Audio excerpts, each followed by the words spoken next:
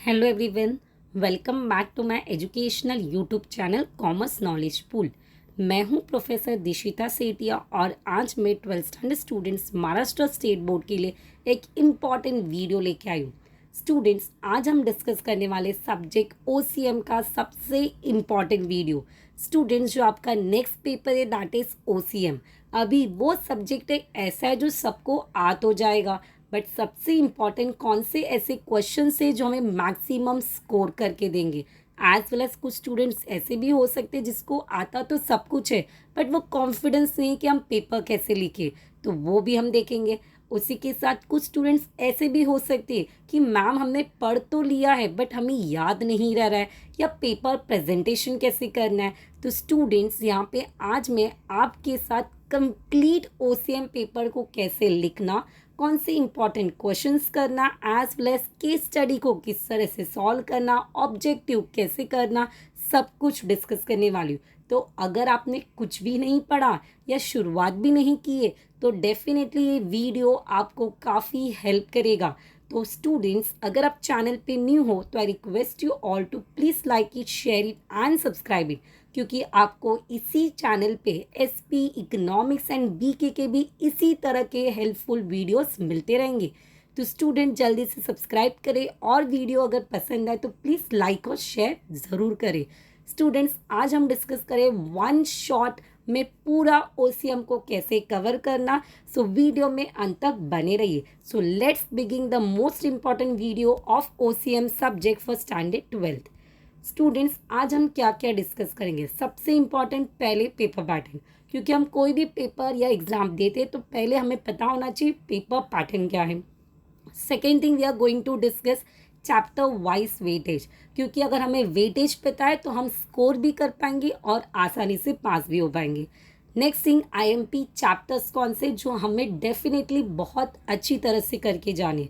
IMP questions कौन से, how to write case study, how IMP objectives with solution, how to score more in your OCM, and time management, and the last one paper presentation. So ये सब कुछ आपको आज इसी video में मिलेगा। So let's begin. First thing, paper pattern अगर हम देखेंगे तो question number 1 will be objective, जो 20 मार्क्स कैरी करेगा, जिसको आपको अच्छी तरह से अटेम्प्ट करना है और ये 20 आउट ऑफ 20 लाना है। कैसे लाएंगे वो मैं आपको लास्ट में बताऊंगी। Next question number 2, explain the following term और कंसेप्ट, जो एनी 4 कंसेप्ट आपको लिखना होगा which carry 2 marks each and total will be 8 marks. Question number 3 will be case study और एनी सिचुएशन जहाँ पे आपको एनी 2 अटेम्प्ट करना है which carry for 6 marks. Next one, question number 4, distinguish between any 3 आपको अटेम्प्ट करना है which carry 12 marks. Question number 5, answer in brief which carry 8 marks, any 2 you have to attempt, 1 is for 4 marks. Question number 6, justify the following statement, any 2 you have to attempt, 1 carry for 4 marks and total 8 marks. Question number 7, attempt the following, any 2 out you have to attempt and which carry 10 marks, 1 is for 5 marks. And question number 8, answer the following, which means long answer, any 1 you have to attempt and which carry 8 marks. इस तरह से आपका total 80 marks का paper pattern बन रहा है। उसके बाद पेपर पैटर्न को आपको पहले समझना है। उसके बाद चैप्टर वाइज वेटेज, कौन सी चैप्टर्स है जो आपको कंपलसरी अच्छे से करके ही जाना है और कितना मार्क्स वो आपको देगा। सो chapter 1, principle of management which carry 7 marks compulsory. Chapter 2, functions of management, carry 12 marks compulsory. Chapter 3, entrepreneurship development, which carry 5 marks compulsory. Chapter 4, business service, which carry 20 marks compulsory.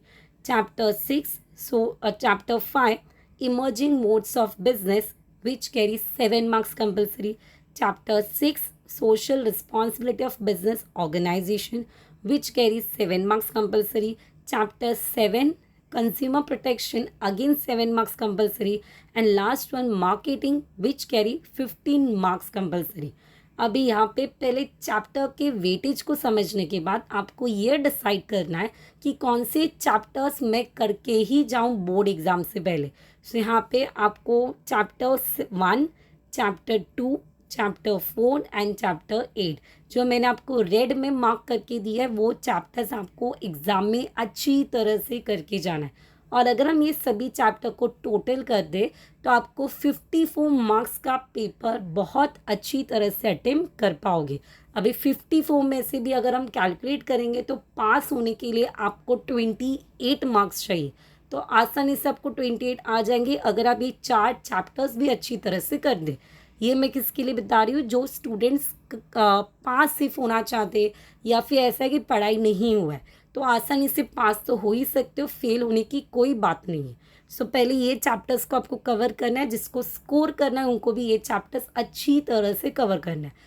अभी इसके अलावा हम जो आईएमपी क्वेश्चंस देखेंगे उसमें भी आपको पता चलेगा कौन सी चैप्टर के क्वेश्चंस जो मैंने डाले हैं जो कंपलसरी बोर्ड एग्जाम्स में आपको आने वाले। So again I am repeating chapter 1, 2, 4 and 8। ये कंपलसरी चैप्टर्स आपको करके जाने हैं। You have to cover every question अगर आपको स्कोर करना है। उसके अलावा अगर हम देखेंगे तो यहाँ पे मैंने ऑलरेडी आपको प्ले लिस्ट का मैं लिंक आपको प्रोवाइड कर रही हूँ यही वीडियो में, तो डिस्क्रिप्शन में आपको लिंक चेक करना है जहाँ पे मैंने आपको सब कुछ बताया है। अभी यहाँ पे आप देख सकते हो कि how to score 20 out of 20 objectives. तो यहाँ पे ऑब्जेक्टिव का सॉल्यूशन मैं आपको प्रोवाइड कर रही हूँ। अभी यहाँ पे सबसे इम्पॉर्टेंट बात, आपको टेक्स्ट बुक के पीछे जितने भी ऑब्जेक्टिव्स है, एक्सरसाइज है, वो अच्छी तरह से करके जाना है। उसके अलावा आपके पास रिलायबल होगा तो वो कवर करना है, बट पहले टेक्स्ट बुक आपका होना चाहिए प्रॉपर एंड टेक्स्ट बुक में से ही रीडिंग करना है। नेक्स्ट वन चैप्टर 2 जो फंक्शंस ऑफ मैनेजमेंट है, जो 12 मार्क्स कैरी करता है, उसमें मैंने बहुत आसानी से आपको पूरा एक ही आंसर में सब फंक्शंस को एक्सप्लेन किया है, तो आप वो देख सकते हो। उसके अलावा how to score in your OCM, किस तरह से आपको स्कोर करना है ओसीएम में, वो भी मैंने आपको एक्सप्लेन किया है।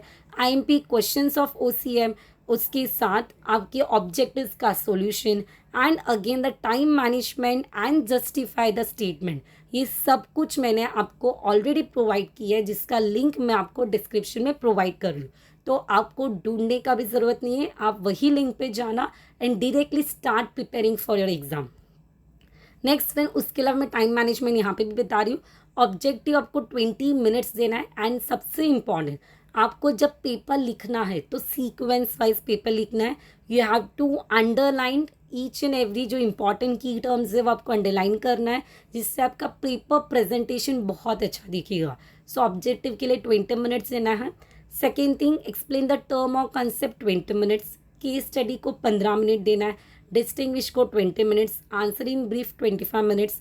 Justify the following statement 20 minutes and attend the following 25 minutes and answer the following जो लॉन्ग क्वेश्चन है 25 मिनट। इस तरह से अगर हम टोटल करते तो टोटल 170 मिनट्स होता है, तो भी आपके पास 10 मिनट बचेगा to check entire paper.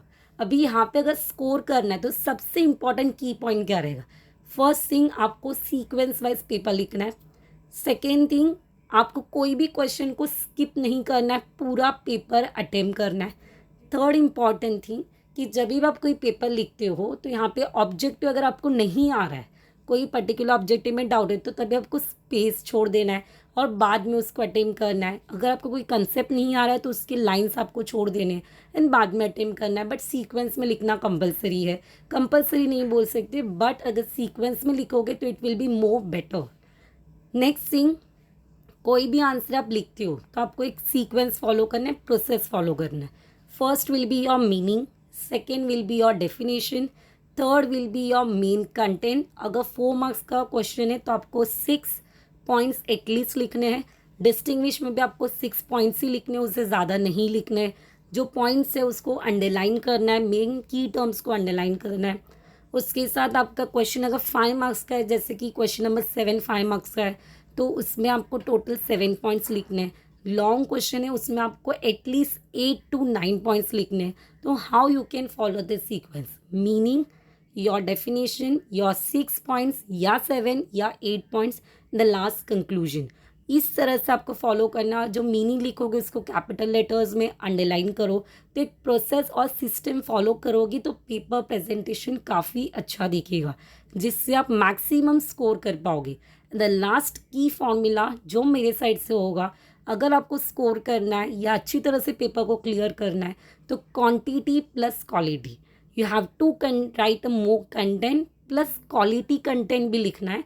So my key formula will be quantity plus quality to score more in your exam. So I hope ये जो आपकी टिप्स जो मैंने अभी प्रोवाइड की वो आपको डेफिनेटली हेल्प करेगी.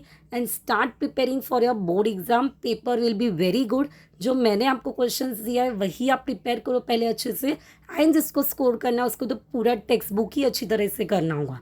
So trust me, important questions करके जाओ, डेफिनेटली आपके एग्जाम्स अच्छे जाएंगे. So thank you all for your love and support. इसके अलावा जो भी डाउट्स होंगे please mention me in the comment box. Thank you all.